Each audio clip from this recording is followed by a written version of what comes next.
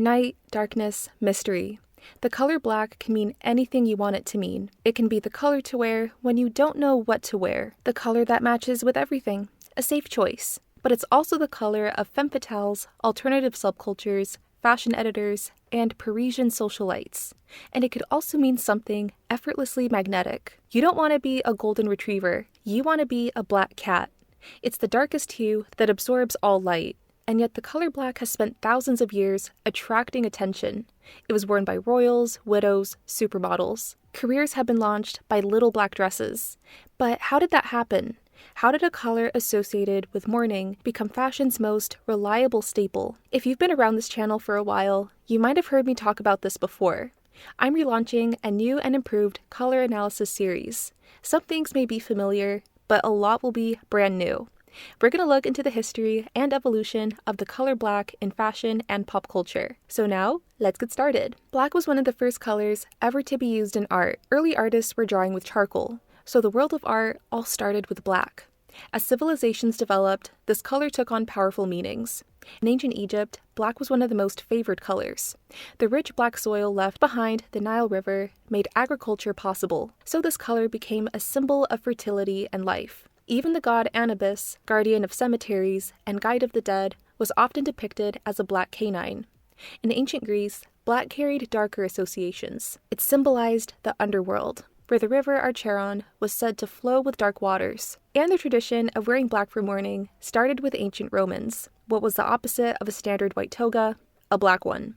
If white represented everyday public life, black signaled grief. In China, one of the oldest texts, I Ching, describes black as the color of heaven, and an old saying declared that heaven and earth are black. In medieval Europe, this was a scary color.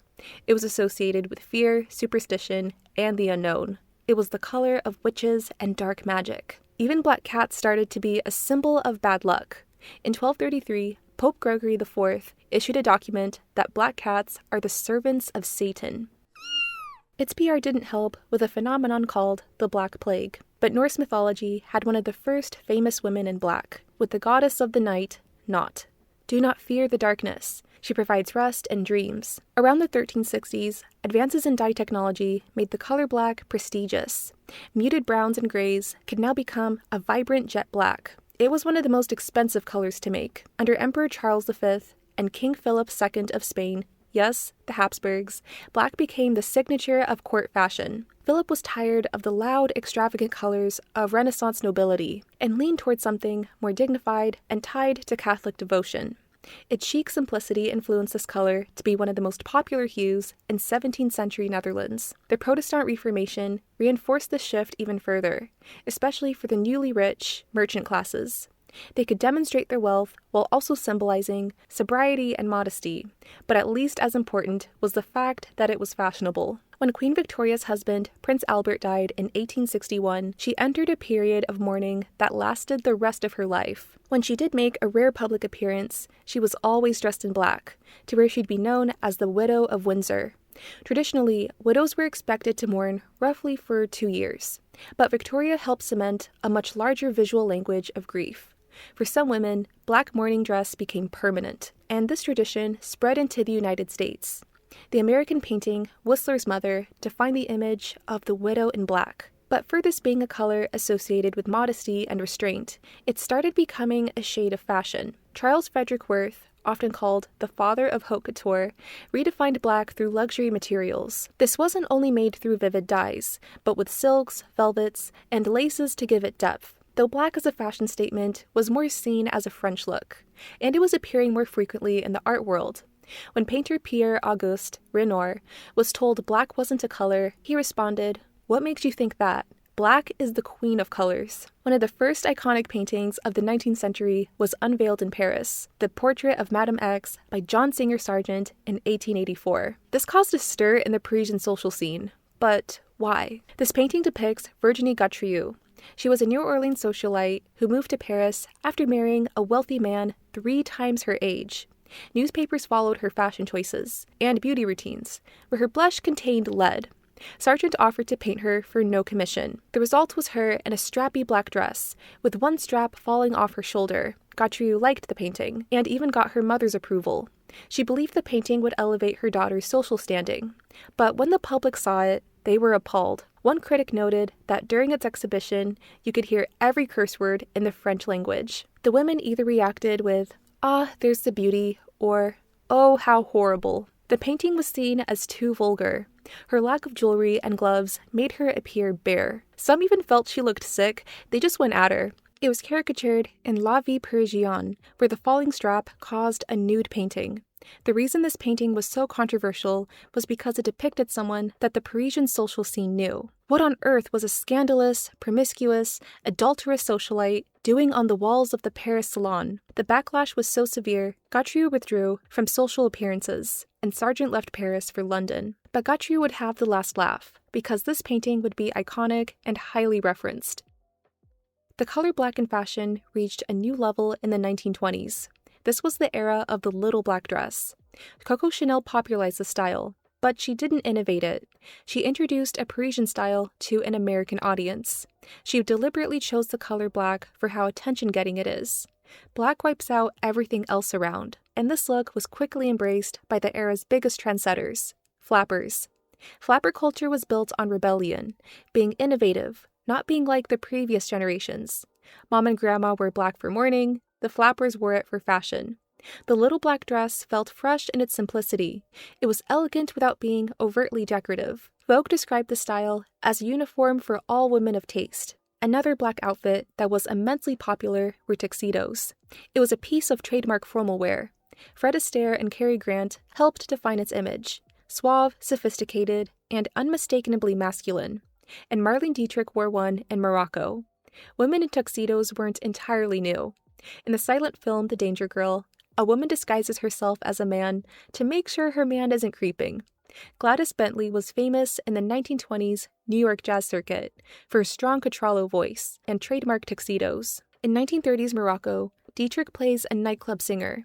Inspired by the new woman archetype emerging in Berlin, she wears a black tuxedo and top hat. In the film's most talked about scene, she downs a glass of champagne and kisses a female audience member. This bit was an idea made by Dietrich. To avoid censors cutting the scene, she took the flower from the woman and gave it to her co-star, Gary Cooper. This made it impossible for censors to cut the moment without ruining the context of the flower pass. Dietrich projected confidence and macho swagger. Even the details mattered. Typically, black bow ties would be worn for events like this, while a white bow tie was the utmost formal wear. If she was going to wear a tuxedo, she wasn't going to do it halfway. And this wasn't just a movie costume. Dietrich wore suits for her personal life as well, including to the premiere of The Sign of the Cross. I'm sincere in my preference for men's clothes. I do not wear them to be sensational. I think I am much more alluring in these clothes. By this point, the color black became even more popular in Hollywood, which became the biggest influence on popular fashion. It looked striking on black and white film, exhibiting sleek modern coolness.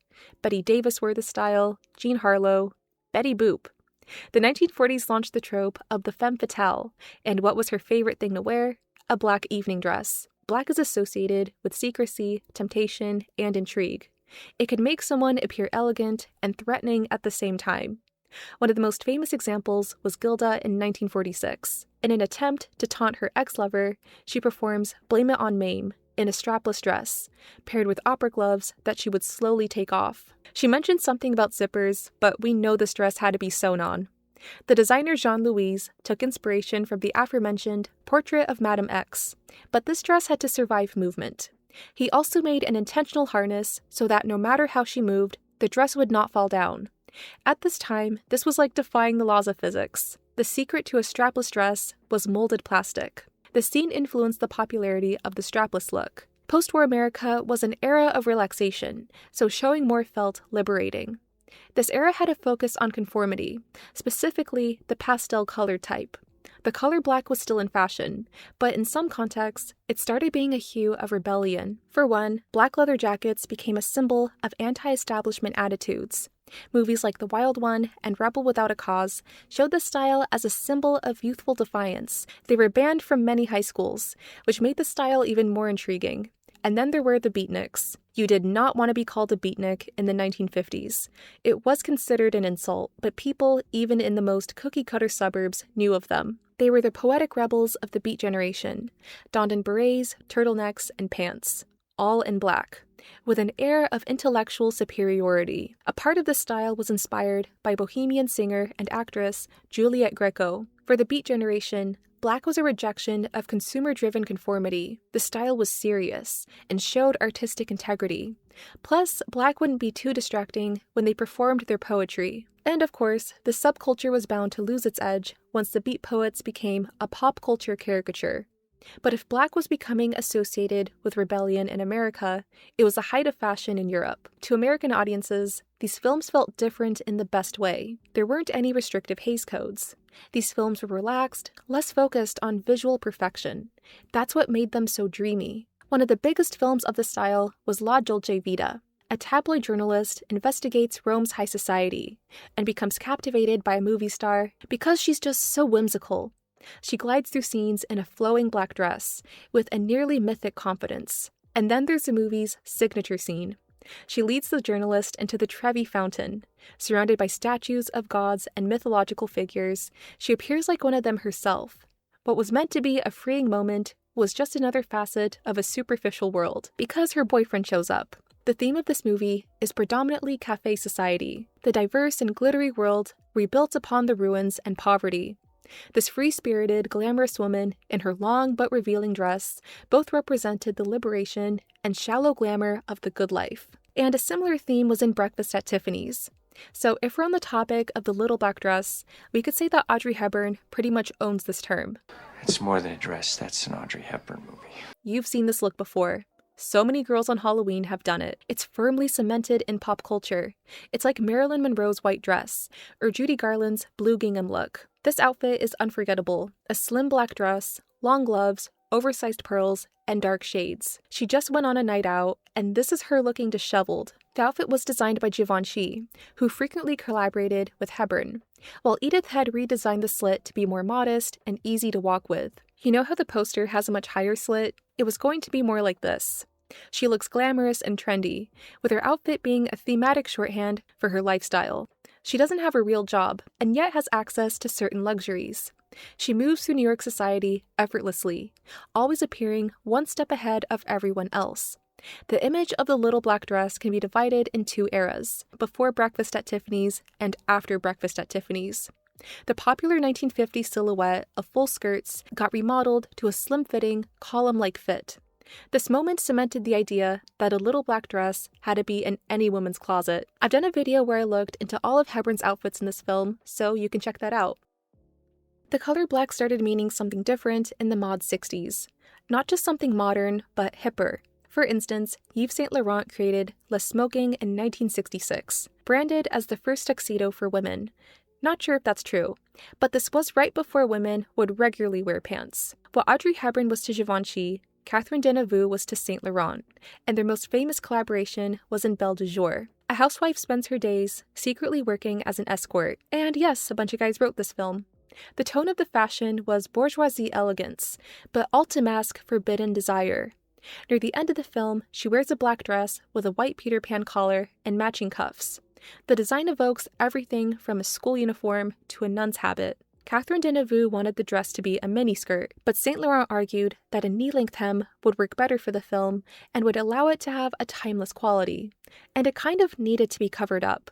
The symbolism of this dress represents modesty, to contrast what she experienced. In the 70s, the developing punk subculture embraced leather jackets, ripped clothing in, what else, black. This new style of leather jackets coincided with the trend of 50s nostalgia, specifically for the greaser aesthetic. One of the most famous instances of 70s nostalgia for the 50s was Grease. An opposites attract, will they won't they story. I will say this, the pink ladies are haters. They make fun of Sandy for being too innocent and wholesome, but if she was seen differently, they'll still get at her. Sandy's aesthetic was meant to be the quintessential small-town nice girl. Pastel cardigans, full skirts. Nice and modest. Near the end, she asks her friend Francie for a makeover. And gone are the pastels. The new Sandy has a leather jacket, red mules, and what I thought was a one-piece suit, all in black. Now, of course, this movie isn't a good example of what 50s fashion looked like, but her pants were an actual vintage piece from the 50s, connecting to greaser culture. Jim Jacobs, who wrote the original Grease play, created the scene as a switch-up of the familiar story where the bad boy cleans up for the nice girl. And funny enough, one reason why this scene is so famous is because it's pointed as an example of a girl changing herself for a guy. But I think that interpretation ignores half the story. He was willing to be a jock, even though that's not in his skill set. And I don't think Sandy fully changed. It's not like after this she wore black pants in the summer forever. He already liked her for how she was. I think people took the scene too seriously in an already unserious movie. The little black dress, and just the color black in general, became massively popular in the 90s. To turn away from 80s excess, the minimalist, blank canvas look was the height of fashion. One example of the re-rise of the LBD was in Pretty Woman. Before she gets her full Beverly Hills makeover, Vivian reveals her new style in a short cocktail dress. It could be interpreted that she's just getting accustomed to her new style, as this silhouette is quite similar to what she initially wears. The thing about the 90s LBD is that it managed to be incredibly timeless and trendy. Earlier versions of the LBD often emphasized elegance or formality. The 90s version still felt sophisticated, but it was also youthful, effortless, and undeniably cool. And this style was propelled by high fashion and supermodels. It didn't matter if it was Chanel, Saint Laurent, Calvin Klein, any in the No collection had to include a little black dress. It's the perfect go-to because you could pair it with anything. And because black had become such a fashion staple, it became iconic styles in movies. Death Becomes Her leaned into old Hollywood glam. They're unable to die and they're dressed in black, plus their dresses match perfectly with the night sky. A black dress was also a super expensive gift in Indecent Proposal. This was a Thierry Mugler creation, but it showed the lesson. Don't accept expensive gifts from people you don't know. Don't listen to TikTok. True Lies featured a custom-made dress in a housewife to seductress makeover. Why is it so hard to find a simple black dress like this? It's crazy. Princess Diana wore what would be known as her revenge dress. Elizabeth Berkley made headlines with her pin dress. If a dress was going to make headlines in the 90s, chances it was black. Posh Spice had nothing to wear. Which little black dress will she choose? This color was also coded for alternative styles like goth, which gained more mainstream prominence after the release of The Crow, and was becoming one of the defining colors of the Y2K aesthetic of the late 90s. This was seen in Blade, The Matrix, black trench coats, sunglasses. It was a dark, tech dystopia look. The style wasn't just modern, it was futuristic even, but the media still had their love for the classics. The 90s was all about minimalism, and then came the 2000s, charging in the opposite direction. One of the films most credited with helping revive the movie musical was Moulin Rouge. It's big, maximalist, and melodramatic. Wind machines, sweeping long dresses. Magic. This is a Baz Luhrmann movie, so the natural visual direction is kitsch, and putting one foot in and one foot out to represent the 1899 setting. The entire film exists in a glamorous state of anachronism. And if you've done dance competitions in the 2000s, they probably still do this today, you'll know the Diamond's Number, performed by Satine. Her character was inspired by Mimi, the tragic heroine of the opera La Bohème, who just wanted love. Satine may be vulnerable, but she puts on a mask that's loud, vivacious, and sparkly. Satine performs Diamonds Are a Girl's Best Friend and Material Girl, in an outfit that blends mid-20th century Hollywood showgirls with contemporary jazz costumes. Donned in a rhinestone corset with a fringed skirt and a glittering top hat, the Costume Vault blog noted that the look takes from several iconic performance scenes. We get Marlene Dietrich's top hat, Sid Christie's fringe, Anne Ranking's sparkly leotard. It goes on and on. But what's interesting is that this might be the coldest we ever see Satine. She's dripped in ice. She later appears in soft pink, though it's still a performance, and romantic red when she gets to be herself. The black shows her at her most guarded. She's a swinging spectacle, shimmering like the jewelry she's offered. She's seen as a prized commodity, floating in a material world. All she needed was real love, and to escape from a world that's plastic. Mean Girls showed a world of cold, shiny, hard prettiness, but it's hiding something ugly. When Katie received her plastic makeover, her style was comparatively wholesome. But as the film goes on, she dresses more and more like Regina, taking after her preppy chic or Wall Street boss, but in high school look. And it all culminates to a party she throws when her parents went away. Early Katie would never do this. This dress has a similar design to what Regina planned to wear for the spring dance. While Regina's dress is pink with a black bow, Katie's dress is black with a pink stripe. She becomes the very person she set out to destroy. The choker was made from the bracelet she wore at the beginning, and later found out Regina insulted, so maybe it's an extra curve against her. This is an extravagant look for a high school party. The point is that she tried to get Aaron Samuel's attention, but her attitude turns him off. This is her low point. She has fundamentally changed for the worse. She lost the guy she was going after, and her friends/frenemies, but at least her other frenemies stayed by her side. The happy pink she was involved in has turned dark, and from there, it only gets worse. The color black was a big theme in Black Swan. The entire film is built around the contrast between the white swan and the black swan. In the beginning of the film, Nina Sayers was the embodiment of the white swan. She's seen as disciplined and the innocent ingenue. She may have been too meek and insecure, but she invented the ballet core aesthetic you all were crazy about in 2023. She was found to be the perfect white swan, but Lily is pointed as the perfect black swan, the girl who's more relaxed and fearless. But after one bite, she's cast as the lead. The former Swan Queen, Beth, has one of her few appearances in a strappy dress. She appears guarded or trapped, knowing something that Nina doesn't. As the film progresses, Nina's palette goes from whites and soft pinks to deep grays. Her grip on reality begins to fracture. She has nightmare hallucinations where she's becoming something she isn't. On opening night, she's dressed in her costume of soft feathers, and she messed up her first performance. This is the white swan part. She was supposed to have this in the bag. And in the dressing room, there's Lily in her next costume. She has had enough. She returns to the stage as the Black Swan, sharp feathers and rhinestones and all. Her costume is a manifestation of her shadow self. Everything she spent years suppressing happens on the stage at once. For the first time, she's stopped trying to be perfect, and that's when she finally becomes extraordinary. A dangerous liberation. And in the end, she's donned in black, as if she's mourning herself. But she also became someone new. During the 2010s, pop divas stayed wearing black. Lady Gaga, Ariana Grande, Beyoncé in a Southern Gothic style. A part of it was the return of minimalism and the rise of athleisure. And today, black is still a color of sophistication and effortless style. Whether it be a handbag, cocktail dress, anything, it's an easy way to look polished. Historically, black meant many things: darkness, the unknown, mystery, luxury. Every generation finds a new reason to wear it. It's a color that will never go out of style, and that's because it's not necessarily tied to a singular trend. Remember what Yves Saint Laurent said: "Fashion fades, style is eternal." Which black outfit is your favorite? Thank you all for watching, and hope to see you all in the next one.